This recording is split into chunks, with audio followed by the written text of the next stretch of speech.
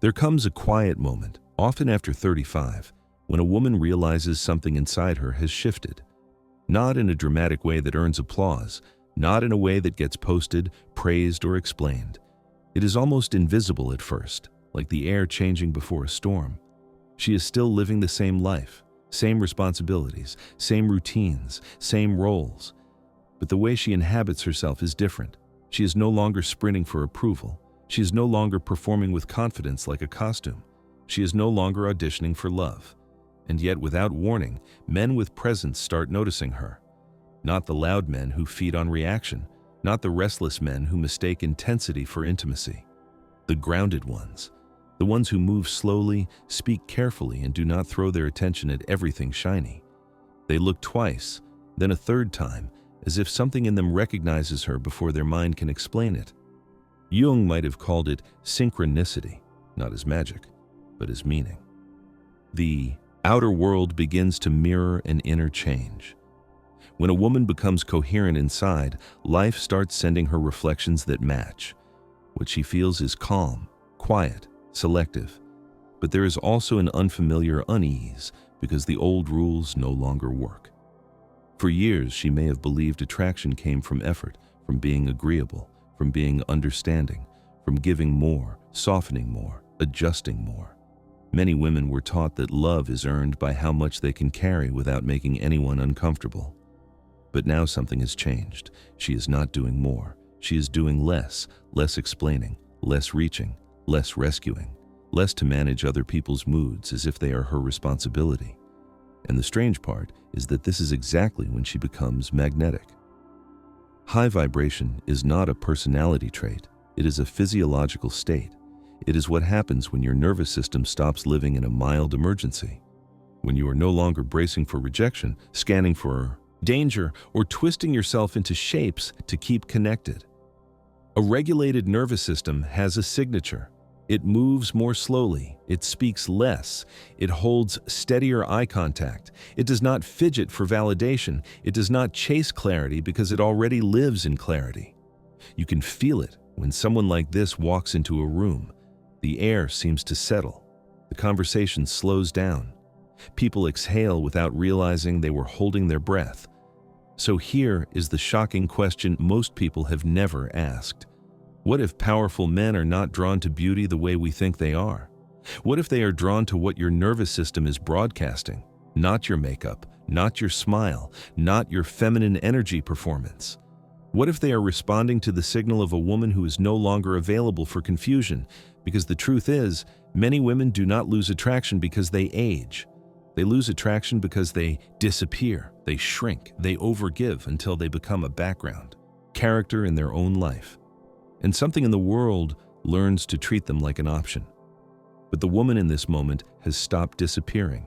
She is still kind, still warm, still human. Yet there is a new edge in her presence, not bitterness, not cruelty, just clarity. This is Jung's integration of the self in motion. She is no longer split between who she is and who she thinks she must be. She is no longer negotiating her boundaries like they are up for debate. She is no longer translating her needs into apologies. She stands in her own center, and that center is felt. The question is not why they are drawn to her. The real question is what she stopped giving away. Because it is not your appearance they feel first. It is your coherence. It is your authority. And high vibration does not begin with attraction. It begins with inner authority.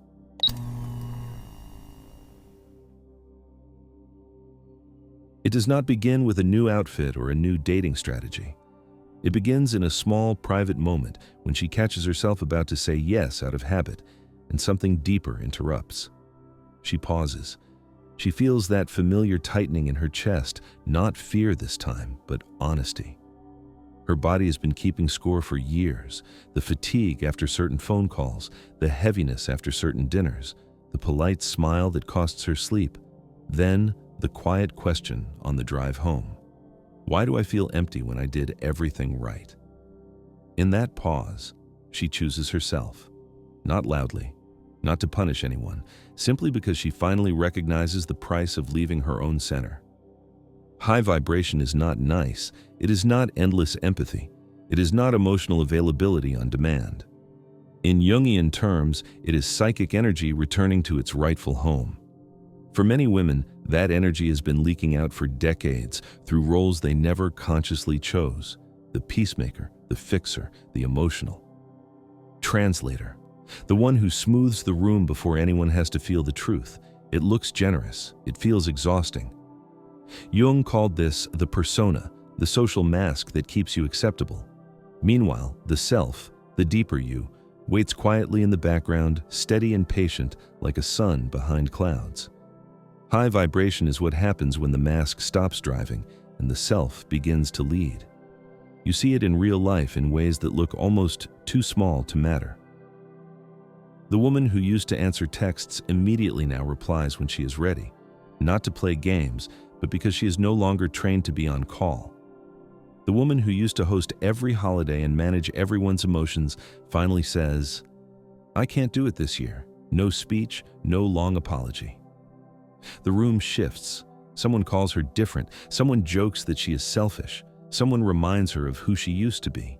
That reaction is the evidence. When you stop performing the role that kept the system comfortable, the system reveals what it was truly feeding on. Jung had a name for the turn that happens next: individuation. Not a fancy spiritual upgrade, but a very real psychological process.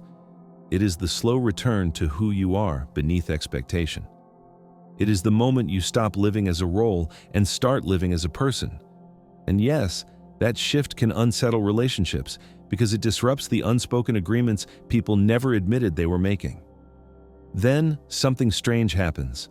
While some people pull away, others lean in. The friend who respects you says, "I'm proud of you." The coworker who avoids drama starts seeking your perspective. And the man with presence notices your stillness, not because you are trying to attract him, but because you are no longer trying to disappear. Powerful men tend to recognize emotional stability the way a tired body recognizes clean water. They do not feel chased, they feel regulated. They feel the difference between warmth as a performance and warmth as a choice. And that attraction is not the goal, it is simply a byproduct of a woman coming home to herself.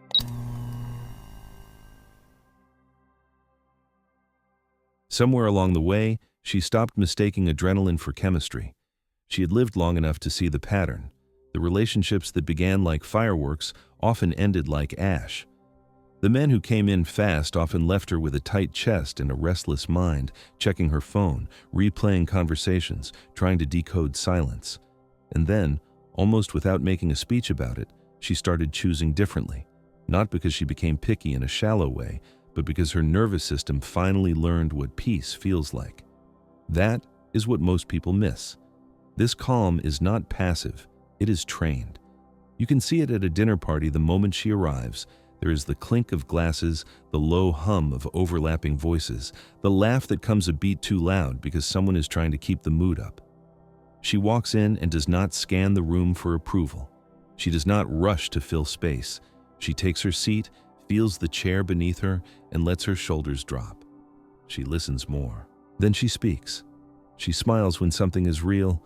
She stays quiet when it is not. And something subtle happens. The conversation slows. The air feels less sharp. People stop performing so hard, not because she demanded it, but because her presence gave permission. That is what regulation does. It makes truth feel safer than acting. There is a reason a grounded man will say, "I feel at ease around you," even when she has done nothing impressive. Her energy does not ask, it does not chase, it does not test, it holds. She is not trying to be chosen, so she does not radiate that thin, anxious hunger that so many of us were taught to hide. In Jung's language, she is no longer living from the mask. She has stepped out of the collective script that trained her to earn love by being pleasing. When one person leaves the trance, the room feels it. You see it in the workplace too. The conference room is cold, the lights too bright, laptops clicking, someone clearing their throat before. They speak as if they are asking permission to exist. Everyone is trying to sound certain. Then she speaks, calmly, directly, no over-explaining, no nervous laughter, no apology for having a thought. One clear sentence, it lands. You can feel the shift, a quiet exhale in the room. People trust clarity, they trust steadiness. Even the boss who rarely praises anyone notices her, because she does not bring extra emotional labor into the meeting. She brings coherence.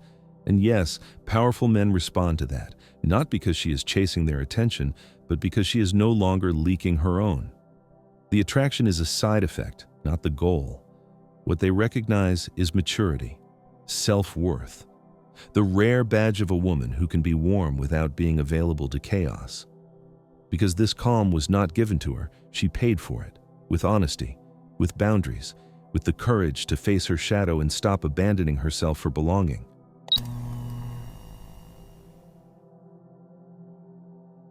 At some point, she realized that staying positive had become another form of self-betrayal. It looked spiritual on the outside, but inside it felt like swallowing herself.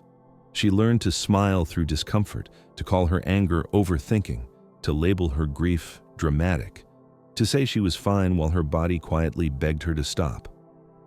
Many women over 35 live like this for so long that it feels normal. You become the one who can handle anything. The calm one, the reasonable one, the one who keeps things easy for everyone else.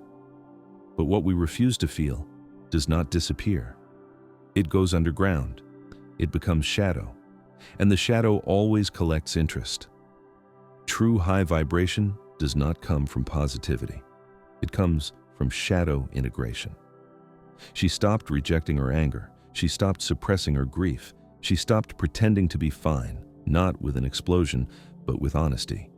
She began listening to the part of her that had been locked away for years, the part that whispers, "This is not love." The part that tightens her throat right before she agrees to something that betrays her, the part that feels exhausted after being everyone's emotional manager. When she finally turned toward that part, something inside her reorganized, not into bitterness, into truth. You can see the change in the small scenes that used to hook her, the text that arrives 2 days late.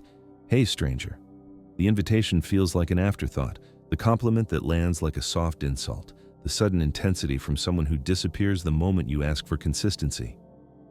Years ago, her old program would have lit up. She would have explained it away, tried harder, chased clarity like it was a prize. Now she feels the pattern before it becomes a story. Her body knows, her nervous system speaks. She notices what is being asked of her without being said. This is where manipulation loses power. Because manipulation feeds on fear of loss, fear of being alone, being too much, being left. Jung would call it a complex, an old wound that makes the present feel like the past. When the complex is running the show, mixed signals feel like a challenge, breadcrumbs feel like hope, uncertainty feels like chemistry. But when she integrates her shadow, she no longer fears losing the same way. She has already met the part of her that used to abandon herself to avoid abandonment. So she stops negotiating with confusion. She stops treating inconsistency like a mystery. She calls it what it is. In everyday life, this means she sees through mixed signals and hidden motives. She no longer confuses intensity with intimacy.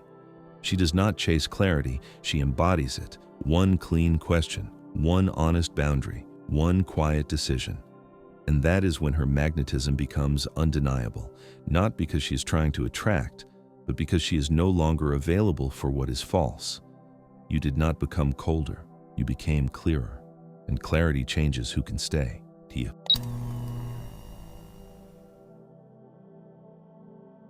One morning, you wake up and realize you are tired of being the connective tissue in everyone else's life. Not tired in a dramatic way, tired in a clean, settled way.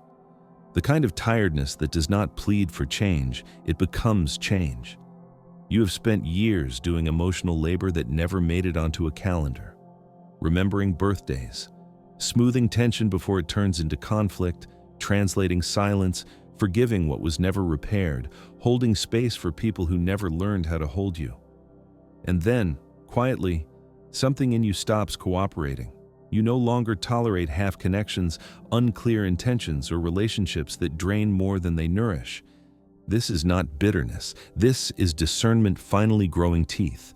This is the moment many women recognize themselves most deeply. You start seeing how often you chase the feeling of being chosen, not always by running after someone, but by shrinking your needs and softening your truth. You replay old conversations and realize how many were negotiations, how many friendships were built on you being the stable one, how many family gatherings required you to wear a mask so nobody else had to face what was real. And you see it for what it was. You were paying for belonging with your nervous system. High vibration does not expand your circle, it refines it. Jung described this as a separation from the collective unconscious, meaning you stop living by scripts you never consciously agreed to. The script says a good woman is always available, always forgiving, always emotionally fluent. It says you should keep the peace, even if you are the one breaking inside. But when you step out of that trance, something sacred happens. You stop negotiating access to your inner world. You stop handing out pieces of yourself like vouchers, hoping someone will finally treat them as valuable. You begin living from the inside out. You feel the shift in real life, in your body and the atmosphere around you. The group chat that once felt like a connection starts sounding like static, endless pings, shallow jokes, and the same complaints recycled until your shoulders tighten. You notice the friend who only calls when she needs to unload, and how your stomach drops when her name lights up your screen. You sit in a meeting while a coworker assumes your time is unlimited, and you feel that old reflex to say yes, then you breathe and choose no. You tell a family member, "I can't," and for the first time, you do not follow it with a paragraph. The silence afterward is loud. Your heart beats faster for a moment. Then it settles. And in that settling, you realize peace is a physical sensation. This is where the filtering begins. You stop chasing conversations that go nowhere. You stop chasing apologies that never arrive. You stop chasing relationships that only feel close when you are doing all the work. And if you are over 35, you know how radical this is because you were trained to call endurance a virtue. From a Jungian lens, this is the psyche reclaiming energy from false attachments. The moment you stop feeding what is not alive, your life force returns to you. Your circle gets smaller, but your inner world gets quieter in the best way. More space, more breath, more dignity. You do not use magnetism to pull people closer. You use it to let the wrong ones fall away. And when the wrong leaves, the right does not need convincing.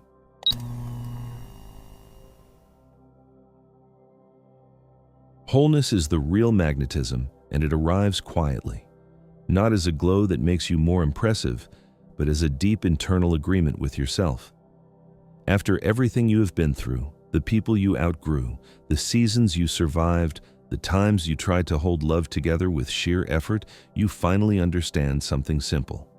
This is not a lesson about attracting men. It is a truth about becoming whole. Attraction is not the goal, it is the side effect. When a woman becomes whole, she no longer signals need, she signals alignment. You can feel the difference. Need has a certain electricity to it. It rushes, it over-explains, it reaches for reassurance, it tolerates uncertainty because it is afraid of being alone. Alignment feels different. It is steady, it is warm without begging, it is open without leaking. It has boundaries that do not feel like walls, but like a clear shoreline. Jung would say this is the self taking its rightful place, the inner center that holds both your tenderness and your strength without forcing one to erase the other. You are no longer split into the woman who gives and the woman who resents. You are no longer torn between being good and being honest. You become integrated. And that integration changes your entire signal. This is why the right people recognize you without you trying. A grounded man does not feel recruited into proving himself. A healthy friend does not feel threatened by your no. A mature connection does not require you to abandon your body's truth. When your energy is integrated, it naturally calls in what matches it, not through chasing, not through strategy, not through performance, but through resonance. You stop confusing attention with intimacy. You stop mistaking anxiety for love. You stop collecting people out of fear. You begin choosing out of truth. And here is the lesson that matters most for women over 35. Your peace is not something you should gamble for chemistry. Your nervous system is not a currency you should spend to purchase belongings. If someone requires your confusion to feel powerful, they are not your person. If a relationship only works when you shrink, it is not love. It is a contract. Real love, the kind that lasts, does not demand that you disappear. It asks you to arrive, so let this be your standard. If it costs your breath, it is too expensive. If it requires you to explain your boundaries as if you are on trial, it is not safe.